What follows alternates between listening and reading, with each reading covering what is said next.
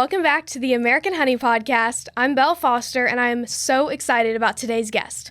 He is one of the youngest and boldest voices in conservative America and is already making waves across the country. He just announced that he'll be partnering with Turning Point USA to bring their message to 10 different colleges across the nation.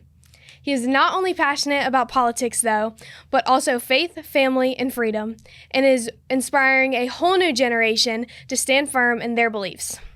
Brilyn Hollyhand, thank you so much for joining me. It's so great to have you here. Good morning. Thanks so much for having me. I'm so impressed by what you're doing and so excited to get to talk to another person that doesn't have wrinkles and gray hair in this business. That's so rare. So I am so excited for this.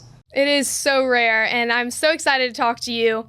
You are such a mentor to me, and Charlie was too, and I know Charlie was such a mentor to you. And so since he was such a mentor to you, and you're starting this college campus tour, and you're kind of taking over that part, what does that mean to you personally since you knew Charlie? You know, it's really cool to see the outpouring of support on these campuses. The very first time that I ever, spoke on a Turning Point chapter, I had one person show up. One singular student showed up to my speech a few years ago. Last night I spoke at Troy University, and we not only filled up the entire lecture hall, but we filled up an auditorium next door that we use as an overflow space. And that was really cool to see so many young people that are interested in getting off the sidelines. That's not about me. That's not about Charlie. That's about this movement. That is people saying this is no longer a fight of red versus blue. This is good versus evil. And it took the brutal assassination of my friend to wake people up. It took the people saying, whoa, whoa, whoa. We no longer can be cowards. We no longer can be silenced. We have to stand up right here, right now. And that's what we're seeing, revival all across this country, not just political, but spiritual too. And it's so cool to see so many young people finally saying, I'm not going to wait for my parents' and grandparents' generation to talk about politics. I'm going to talk about it right now. That's amazing, and that's totally what this podcast is solely centered on, because, you can't just go and wait till you are able to vote to be able to learn about your country and to know how the world goes around. So that's amazing. And what do you hope that how it impacts young people? I really hope to see more young people feel motivated to know that they can do it. I got first interested in politics in the fourth grade at 11 years old, and these college kids can absolutely do the same thing. Every single one of them have a voice. Every single one of them had the opportunity to step off the sidelines and into the fight. I obviously am a huge college football fan. I grew up in Tuscaloosa, so Bryant-Denny was 10 minutes from my house. Now I'm a freshman at Auburn, so again, around college football all the time. I try to make a lot of football analogies to my peers when I speak to them, because it's not some big political words that go over their head, or some words that maybe I don't even know what they mean. Like, I'm trying to make some relatable concept to them. And football is an easy way to do that. And what I always say to people is you can't win a football game by sitting on the sidelines. Just like you can't save a country by sitting on the sidelines. You've got to take that first step. And honestly, the first step's not the hard part. The second and third step's the hard part. Because that's when you get the arrow slung at you. That's when you see how difficult it is to be in this business. But you've got to keep going. It has been the craziest 2.5 weeks of my entire life, and it's only getting crazier every day. But I put one foot in front of the other every day, and we keep going because we're doing it for Charlie. 100%. And you're selling out places, and it's really all about leadership. So how has your faith helped you step into that leadership position at such a young age? It's the only way that I'm able to do this. There's no way that I could have worked hard enough for this. There's no way that doors could have just opened miraculously for this to happen. Like, it's only through and by the Lord that not only am I able to have this platform, but second, able to survive, because we're getting maybe an hour of sleep every night. We're going to, 5 different states this week, maybe 6. We're doing incredible work, but it's only by the Lord. The only opportunities that, are being put in front of me is by Him, and we're going to use it for Him. And that's a constant reminder of, we're not here for me. We're not even here, for anything sacrificial. It's this larger, movements for the Lord, and making sure that it all goes back to Him and that we're spreading the good news on these campuses. And that's the whole point. Yeah, you have to. Yeah, He has to be centered at everything. Yeah, that's amazing. And you did all this in a time and a culture that doesn't usually celebrate traditional values. So that's amazing. And I know that was so hard because it's hard for me. So that's about your faith, about how Jesus has helped you. What has Charlie done? What type of advice has he given you that you carry along with you into work every day? So it would be really easy in this moment to be scared. And it would be really easy in this moment to say, I'm going to put down the microphone and step off a stage because it's dangerous, because it certainly is. But I try to remind myself every time that I get scared that Charlie had the same arrows thrown at him, and he got the same threats on a whole different level, and he used to sign all of his texts with one word: onward. It didn't matter what we were talking about, what situation was going on, good, bad, positive, negative. He would always sign every conversation at the end of it with the word onward. And so I've just been repeating myself that phrase for the past 2.5 weeks of just onward. You do this, keep pushing, keep going, one foot in front of the other, go onward. And another piece of advice, the very first time I ever did a podcast episode, 4th grade, 11 years old, Charlie was my guest, and we had a really cool conversation. And at the very end of the interview, I said, Charlie, any advice for me? Like any little piece of inspiration to motivate to the next generation? And he looked at me and he said, Brilyn, the left will always out-fundraise us, but they're never going to outwork me. And he said, every single day I control how hard I work. I can wake up as early as I need to. I can stay up as late as I need to. Every single day I control how hard I work. And he did that to the very end. And he worked so hard that they couldn't stop him. They had to kill him. That has to be our mantra. Of every single day, we put it all on the field for this movement, for this country, and for the Lord. It does. It just shows how impactful Charlie was and how they couldn't stop him. And it's really amazing. And Charlie was at the forefront of why I started this podcast, because he made it so it's not just big political words that go over teens' heads, but it was something I could see in everyday life. And he put that fire in me where I think a lot of people, it is so easy to be scared by this. And even family members are like, Belle, maybe you should rethink this path that you're taking. And I'm just like, no, this, as much as it's so easy to be scared by it, it makes me just want to go even farther, because it's so awful that is the resort that people take, and that's where we go. But it just put a fire in me. Charlie put a fire in me, and it made it so I'm not scared by this. I'm not threatened by this, and I don't think Charlie would have gone back and done it any other way. I think Charlie lived his life to the absolute fullest. Absolutely. And he could have very easily sat for the rest of his career in a podcast studio in the comfort of his own home and, had a lot safer life. He chose to step out of that comfort, to go to these campuses and to connect with, our generation face to face. And that's like the problem of our peers today. We can't talk to each other face to face. Nobody talks to us face to face. Really easy to Snapchat somebody, really easy to meme tweet at somebody, really hard to talk to somebody, really easy to assassinate somebody, a lot harder to have a conversation with somebody. And if you actually have civil discourse, if we bring that back in this country, all of our problems are solved. 100%. And that's what Charlie was fighting for so hard. And I keep reminding myself and trying to remind people that as much as he loved the people on his side, and as much as he loved people like you and me who were on his side and are mentored by him and who think he's so amazing, he was giving the people who disagreed with him a mic. And that's so awful that those are the people that killed him. And so I just keep reminding myself that and trying to remind people that those are the people he was fighting for. He wanted y'all to have your opinions even when he didn't agree with them. Absolutely. So a lot of teens that are listening to you because they're young and you started when you were very young, before you were a teen, but they want to lead and they don't know where to start. So what would you say to them? The first thing I would say is start having conversations. That starts at your lunch table. Then you get inspired to continue to talk maybe back at home with your family. And then you talk in your neighborhood. And then you talk in your Sunday school class. And you continue to get comfortable having hard conversations with the people around you. And then you say, whoa, maybe it's not so scary to start a podcast.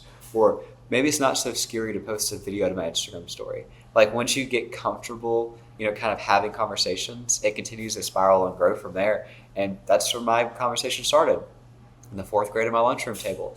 And once it continued to go from there, and I said, oh, it's not that scary to have a conversation with somebody, we continue to grow across our community, and now we're national. And that's the point of this. You start small, you start local where it matters. You have the conversations with people around you that matter, and then you continue to grow nationally. That's so great, because I think a lot of the time, for me especially, I get very caught up in my school and my little friend group, and I think it takes a lot of maturity because you have to know the world is so much bigger than your high school or your middle school, or for you, your elementary school, your 4th grade lunch table. It's so much bigger than that, and you just have to focus on the more important things, and that no one cares. No one's going to come and talk about, oh, this girl said this at her lunch table. They're going to talk about, wow, this girl made a difference, or this really matters. This topic really matters. You're spot on. Do you think that's the biggest challenge that Gen Z faces right now, is not being able to talk? Yes, absolutely. There's a reason that we're calling this 10 Campus Tour the One Conversation at a Time Tour, because all across this country, we're having to save the nation one conversation at a time. It wasn't an accident, it wasn't a coincidence. That's how you heal the divide in this country. Charlie realized that. Charlie's championed civil discourse, until his dying breath, because that's how you prevent a civil war. Because if you continue to scream at each other, if you continue to assassinate each other, at some point you get back to the point where both sides can't live with each other, and then we've got to start killing each other off, and we're back into a civil war position. Once we could come to the realization of we can agree to disagree on some things, and maybe we have more common ground than we think, but we've never realized it because we've never sat across the table from each other. That's how you heal the country. I'm very passionate that we make America talk again, because it's what Charlie's mission was. It's what he continued to do every single day. And if there's just one little thing that we can keep fighting for, I want it to be that. I love that. I love that y'all are staying with Charlie's mission and keeping his message going. Because, Turning Point USA was all him, and it was just, he's just made such a difference with that. It's been, I would say, one of the most impactful things on this country. I don't even know where the last election would have been without Charlie.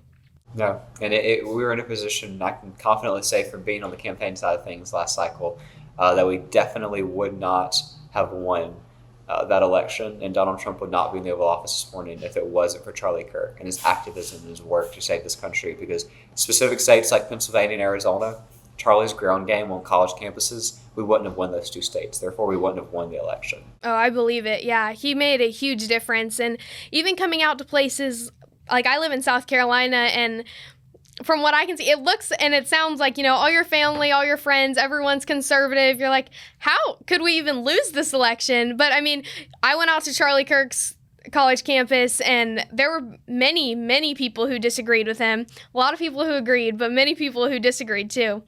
And he's just so respectful to everyone, whether they disagree with him or not.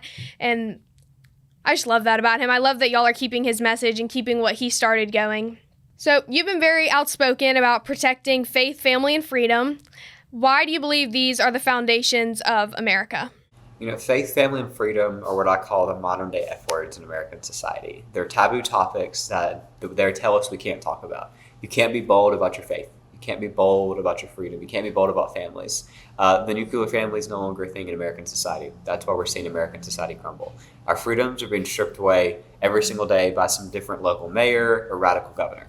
Every single day. It started during COVID and is still continuing today. And our faith, we're told we can't talk about in public.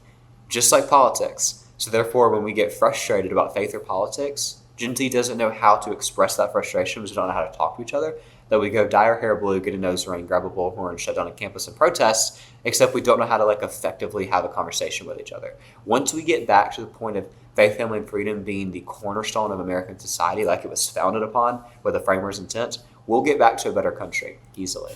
100%. And I see this in my school. I'm not allowed to talk about my country. We're not allowed to talk about politics. We're not allowed to talk about faith. And that's just crazy to me. And my brother, he goes to, I don't go to a public school anymore. I did last year, but I got out of that because you know how the school systems are. And so I'm at a charter school now. And although I don't even know if that's too much better, I do agree with a lot of people when they say, just homeschool your kids, because right now it is crazy. But my brother's at a private school, and a Christian private school, and they don't even have the Pledge of Allegiance. It's not like people don't stand for it. They don't have it. And it's a Christian private school. It's crazy. And at my school, we have it, but people don't take it seriously. Teachers talk over it. People don't stand for it. And that's just something that used to be so normal, is you just stood for the Pledge of Allegiance and you took your 5 seconds of the moment of silence. And we can't even do that now. That's just unacceptable to me. It just seems like such a normal thing, common sense. Just take that 5 seconds out of your day. Yeah, and it's simple, and it's something that we should all continue to champion and do. And we should be asking the question of why aren't we doing that? It's why did you take this away? Why did you slowly think that we wouldn't notice that some of these very core, ideas that schools were founded upon are gone? Yeah, and not just schools, but your country. It's not just the foundation of America's future is faith, family, and freedom, but that's what we were founded on. And we've gotten so far from that to where there are people who deny that and who say that's not what we are founded on, which is not true. Doesn't mean that we don't allow other opinions in the country, because that's one of the things that makes our country so great. But we were definitely founded on Christian beliefs, and our freedom and our faith and the families are what made this country what it is today. So, and we need to get back to that. It needs, honestly, not even what it is today, what it was years ago, but we need to get back to that.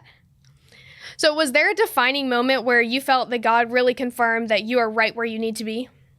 Yeah, there was a moment 2 weeks ago where my security team set me down with a black binder chock full of threats and walked me through, this is the few hundred threats that you've gotten in the last 12 hours.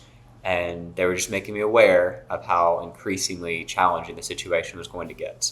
And that was just me like walking to class and like doing everyday things. This was well before the campus tour was an opportunity. And I remember kind of pausing and stepping out of the room and saying, why am I doing this? Like, why am I here?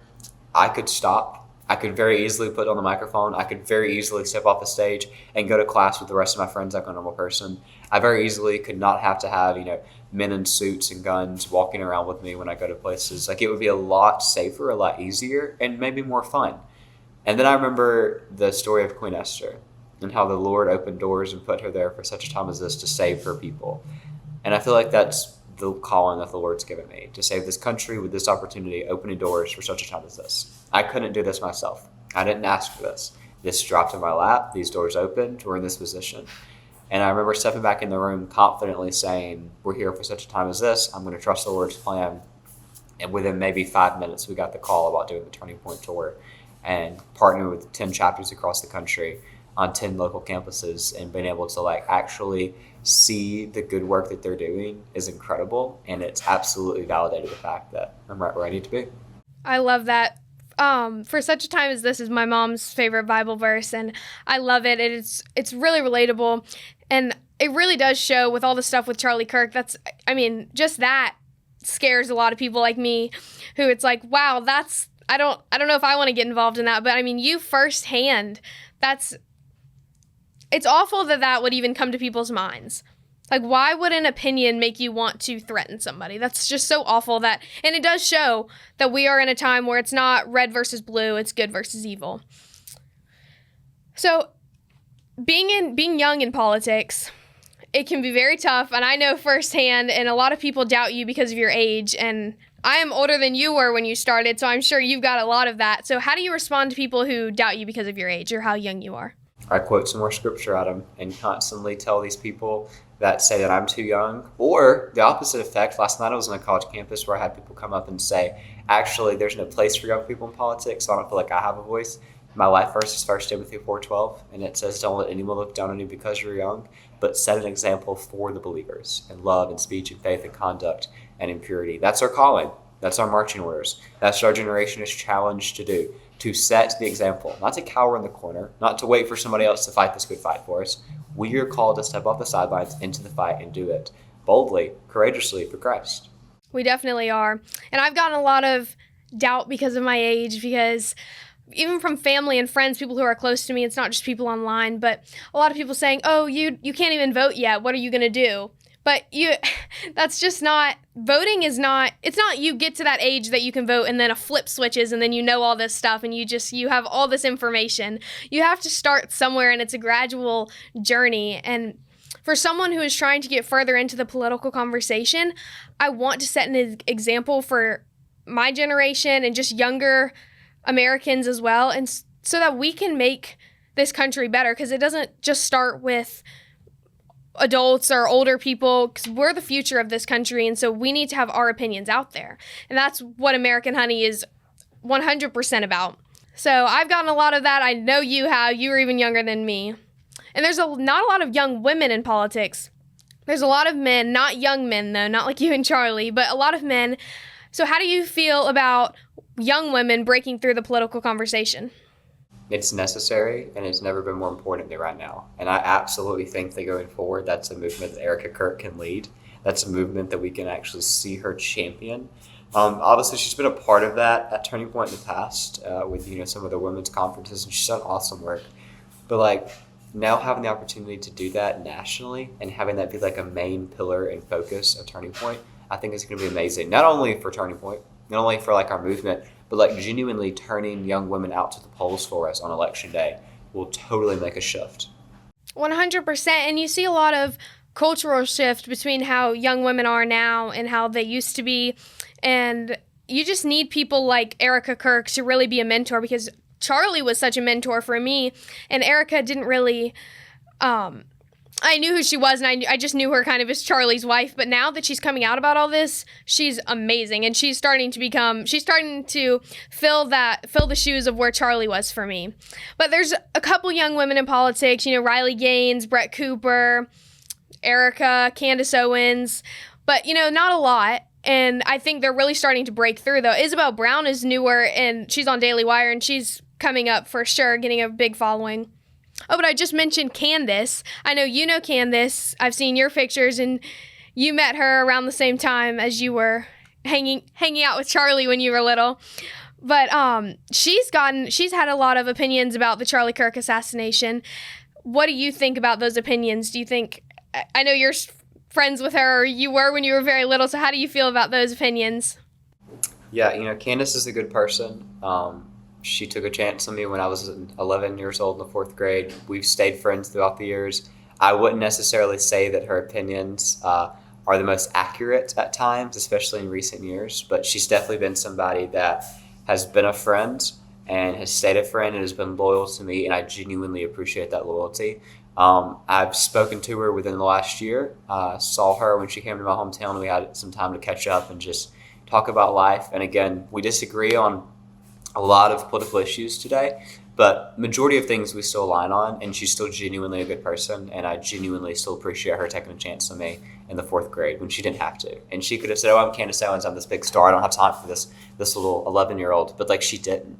And not only like Charlie did she ignore me, her and Charlie both kind of took me under their wing and mentored me for all these years. And so when I wrote my book, a year and a half ago, Candace was one of the first people I called because she had done so many successful books and helped me kind of through that process. She was the endorsement on the cover top of my book because she wanted to put the stamp of approval.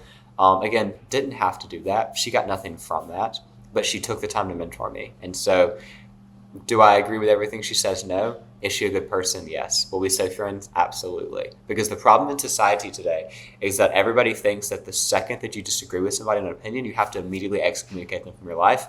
That's how we got into the problem where we assassinate people instead of talk to people.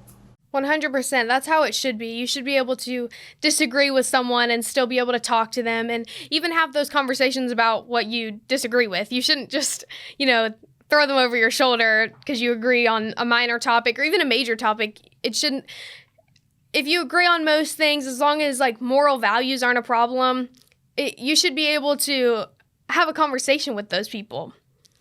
And that's how debate is, that you're supposed to be able to have a conversation. You cannot have debate without a conversation. And then how do we come to a agreement even? You can't come to an agreement with just throwing them over your shoulder. Then you're creating two separate sides that we have now, and you're ultimately creating two separate governments.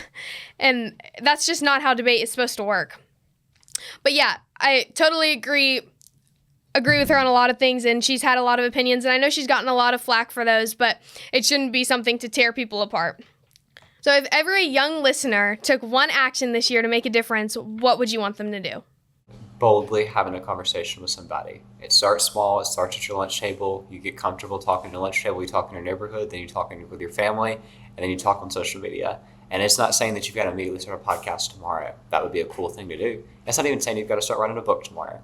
But taking that bold step of faith, continuing Charlie's legacy of actually stepping out there into society and having hard conversations, that's the hardest part of all of this. Because you realize how much hate you're going to get. You realize the death threats that are thrown at you. You realize how scary it is losing friends and making more enemies than you ever thought you would. But you've got to do it because it's to save the future of this country. And not only the future for us, but the future that we're going to raise grandchildren and children in. And that's a pretty cool aspect that you can play a part in that so young, so early. And you absolutely can.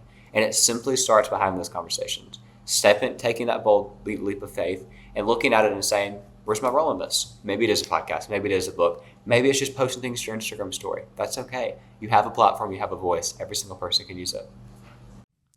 Agreed. And we live in a time where you have you have social media, you can make a podcast, you can write a book, you've got all these easy ways to communicate to the mass. And we use them for threats, and we use them for things like that. And why wouldn't we just talk about your opinion? You could have a debate online if you wanted to, but we use them for maybe not what they're intended for, but not what they should be intended for. You should have civil conversations like what Charlie wanted, and just be able to talk about your opinions and get everything out there, because your opinion matters so much. And I stress that so much, because as teens, we're told your opinion doesn't matter, and it matters so much. And a lot of the time, I always say this, it matters sometimes more than adults or older people in our country, because we're the future of the country, and we have to get our opinions out there, and they have to be educated. And I think that's what Charlie was trying to do. I know that's what Charlie was trying to do, because he was getting out there and telling people this, and this. This is why this, and this is why I believe this. And he was literally, at any point in time, someone could say something that disproved his whatever he believed, and it's on the spot, it's on the mic. He didn't have notes, and anyone could have embarrassed him, but I don't remember hearing him stutter or stumble once, but he surely made some people. So looking ahead, what do you hope this generation that you're fighting for so amazingly, what do you hope that their role will be in America's future? I think every person now sees the importance of this movement, and that's why so many people are, getting excited. Last night, I told you the campus speech that I gave, we not only packed the auditorium that I spoke in, but we packed an overflow room next door. Those are young people waking up. Those are young people smelling the roses and saying, whoa, this is a fight I want to be a part of. And I absolutely think that there's a role for every single one of them. Every single person has a voice. Every single person that was inspired by Charlie can pick up the mantle and carry his legacy. Tonight, I speak at Ole Miss, and it's going to be the biggest speech of our entire campus tour. We've got 3 times the amount of RSVPs than we do size in the ballroom that we've rented. And I think that that's a testament to the fact that on a 2-week notice, so many young people are eager to hear how they can get involved and genuinely want to help in this movement. Because they realize that this isn't something that we're going to leave to the next generation to fight. This is something that we're going to attempt to save right now. And I think Charlie proved to people that young people can do this. Young people can get involved. Young people can make a difference. And so many people now are left holding pieces of, well, what's next? What do we do? And it can't be coward. It can't be to be silenced. It has to be to keep pushing forward. As hard as that is, as I told you earlier, Charlie always said onward. We've got to fight onward. We've got to keep doing this for a generation to come. And I think that's what Gen Z's place in society is. Agreed. And his memorial was a revival, and things like that, like where you're going to Ole Miss with all those people, that's a revival. That's amazing. And it's amazing how much of an impact he made. But yes, so many people want to say, go speechless, like drop the mic, but you have to pick it up for him. And he wouldn't want us, I don't think he would want it any other way. I think he was training Turning Point USA and the people who follow Turning Point USA to be able to pick up his torch and keep going. So that's really just amazing that he made that impact on people. He fought so hard for all of that. And I know I've said this in the beginning, but it's so amazing that he fought for the people who killed him. And it breaks my heart, but it also I don't know, they just don't understand. And it reminds me of the verse, forgive them, Lord, they know not what they do, because they really don't. And we have to be educated. But as much as the couple times he's gotten hate, and Erica has gotten hate about, I heard someone actually, I'm not even going to give her any credit for this, but someone had put, remember who you're mourning, and put a bunch of videos of Charlie Kirk debating, which, okay, I'll remember that. Like, that was amazing to me. But it's out of all those things all the hate that people have given him, there's been so much revival, and so many people saying this is awful. Even people saying I don't agree with him, but this is so awful. Even, people that he had debated on Jubilee and just on college campuses who had kind of gone viral in the videos, going out on their own platforms and saying, I don't endorse this at all. This is awful, because it's evil. And that's where it comes in. This is good versus evil, not red versus blue. Yeah, and revival is really what's happening, and the seeds of it are sweeping across this nation. And that's Charlie's legacy. That's what he would want to be happening. And I think that that's the coolest part of this. You're seeing church services spill into the streets. You're seeing overflow services happen across this country for the first time, where young people are realizing that they've got this God-shaped hole in their lives. And they saw that what Charlie had and what we're talking about Charlie is not as, incredible political activism success. It's his courage, faith for the Lord. It is 100%. Well, thank you so much, Brilyn, for being here, and thank you for joining me on my podcast.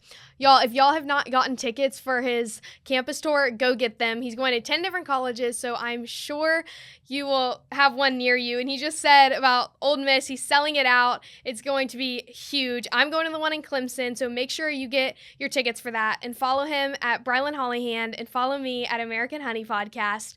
I'm Belle Foster. This is Brilyn Hollyhand. Go follow us. Thank you.